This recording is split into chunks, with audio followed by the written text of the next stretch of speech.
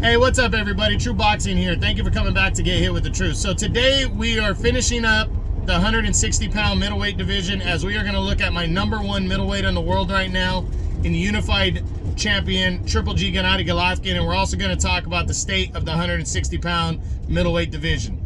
Back to Triple G, though. Triple G entered the year as the IBF champion, but he did not fight at all in 2021.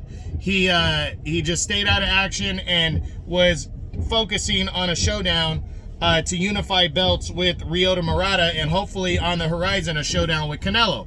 Well, Canelo signed a two-fight deal with DAZN, and the second one was supposed to be a showdown with Triple G.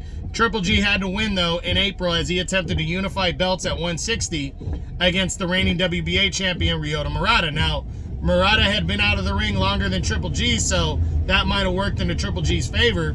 But the first 5 rounds were competitive. They were going toe-to-toe. It was a pretty good all-action fight. But Triple G would take over after the 5th round and really dominate, and he would wear down Murata and stop him in 9 rounds to unify the middleweight belts. That's the second time in his career he's unified middleweight titles.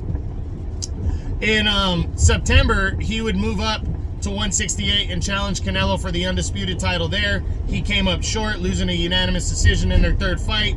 He showed a lot of heart in the late rounds, though, made the fight closer, and proved that he still got what it takes. And then he reminded everybody after the fight, like, hey, I'm still a champion.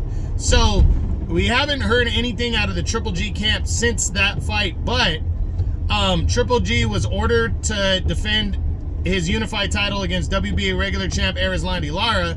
Then the IBF skipped them because the IBF is technically next in line for a mandatory fight to happen. So next up is supposed to be Triple G versus Esquiva Falcao, who is Triple G's undefeated IBF mandatory #1 challenger. I personally believe Triple G is going to fight Falcao. And I think he'll beat him and knock him out, because if he doesn't, the WBA is going to order him. They're going to strip, the IBF's going to strip him. The WBA is going to order him to fight their regular champion Lara. And, I don't know. I just don't see Triple G allowing belts to get off of him unless he's got a major fight lined up. And the biggest fight that he can get at 160 right now would be Charlo, and that they don't seem anywhere close to happening.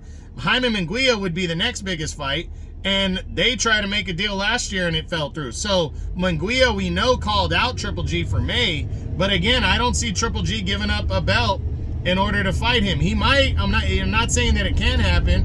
I'm just saying I don't think it's going to, and I think Triple G in the first half of the year will fight Falcao. I think he'll knock him out and beat him and retain his unified belt. And then it's going to be up to Triple G if he wants to take on Lara in the second half of the year.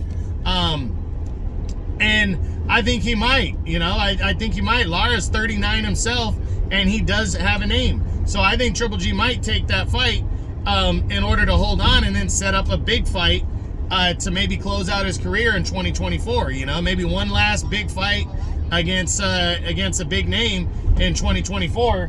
And that, might be all she wrote for Triple G. But it's just kind of up in the air because we haven't heard exactly from Triple G. But again, I don't see him giving up belts in order to take on a bigger fight, because he's going to have to give up 1 for sure, and potentially 2 if he really, if he really doesn't want to make his mandatory. So we got to wait and see what happens. I'm really looking forward to that, seeing what Triple G decides to do. But that's it. That's what I got on him. Now, the state of the 160-pound middleweight division, I want to discuss that. So 160, is really kind of one of those divisions that seems prime for the division to turn over, but we don't have solid guys outside of maybe Jermell Charlo as prospects to be moving up to middleweight next. And none of the guys at middleweight seem to want to fight each other, the top names, whether it be promotional issues or whether it be somebody like Jermall Charlo who just doesn't seem to want to fight the other top guys. There's fights to be made there. There really is. Like, for instance, if Triple G decides he doesn't want to fight Lara in a mandatory fight, then Lara gets upgraded to champion, and Jamal Charlo could fight him.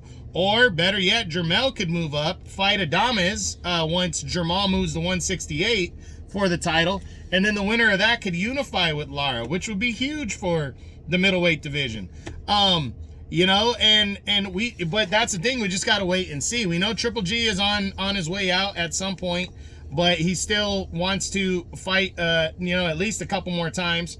And, you know, I'm just interested in seeing how it all shakes out once Triple G decides exactly what he wants to do.